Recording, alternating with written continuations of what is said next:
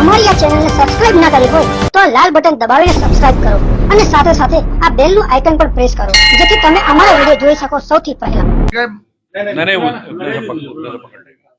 Sir आज का खेड़ा का आपका दौरा है, क्या कहेंगे? देखिए, भारत में एक बड़ा परिवर्तन आ रहा है। प्रधानमंत्री श्री नरेंद्र मोदी जी के नेतृत्व में भारत विकास की जिन नई ऊंचाइयों की तरफ आगे बढ़ रहा है, उसको अब और शक्ति देने के लिए 2024 का चुनाव और नजदीक आ रहा है। भारतीय जनता पार्टी ने यह संकल्प लिया है कि इन चुनावों में भाजपा 370 लोकसभा और एनडीए 400 के पार हो।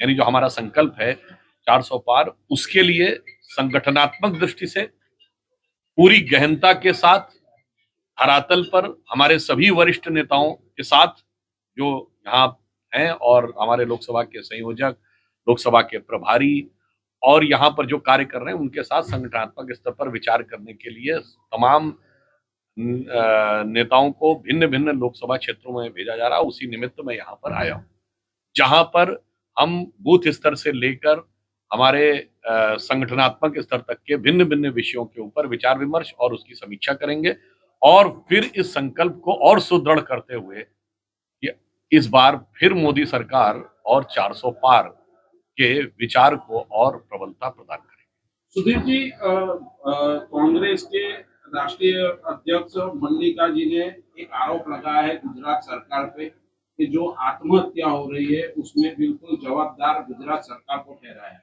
देखिए, किसी भी घटना को लेकर गुजरात की सरकार पूरी संवेदनशीलता के साथ सक्रिय और तत्पर रहती है, परंतु जहां तक कांग्रेस के द्वारा गुजरात पे आरोप लगाने की बात है तो इसे मैं कहना चाहूंगा ये आज की बात नहीं है, ये 22 साल 24 साल पुरानी बात है।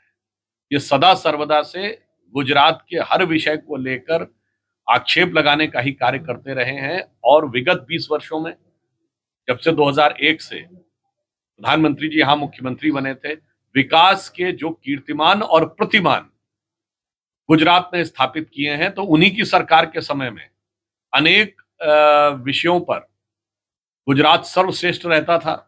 यहां तक कि शायद आप लोग भूल गए होंगे तो याद दिला दूं, 2009 और 10 के बाद जब लगातार 20 सूत्री कार्यक्रम क्रियान्वयन में गुजरात नंबर 1 आया था तो इनकी सरकार ने रैंकिंग निकालनी बंद कर दी थी। यहां तक कि जो प्राइवेट संस्थाएं और बड़ी पत्रिकाएं करती थी तो वो मोदी जी को सर्वश्रेष्ठ मुख्यमंत्री बताती थी। फिर मैं याद दिला दूं, लोग भूल गए होंगे, 2011 में यूएस कांग्रेशनल रिसर्च सर्विस ने भारत के भिन्न भिन्न राज्यों के गवर्नेंस मॉडल की समीक्षा की थी।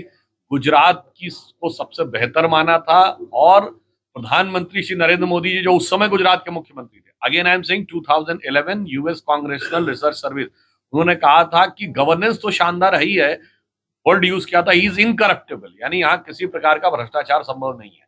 तो मुझे लगता है गुजरात के मॉडल के बारे में और गुजरात की गवर्नेंस के बारे में हमारे मुख्यमंत्री भूपेंद्र भाई पटेल जी के नेतृत्व में पूरी संवेदनशीलता और सक्रियता के साथ काम हो रहा। हाँ, खड़गे जी को अपनी पार्टी के गवर्नेंस के बारे में विचार करना चाहिए, क्योंकि खड़गे जी अध्यक्ष हैं और यात्रा तो उनके एक सांसद निकाल रहे हैं जो आज की डेट में ना अध्यक्ष हैं, नेता प्रतिपक्ष है, ना महामंत्री है, ना उपाध्यक्ष है।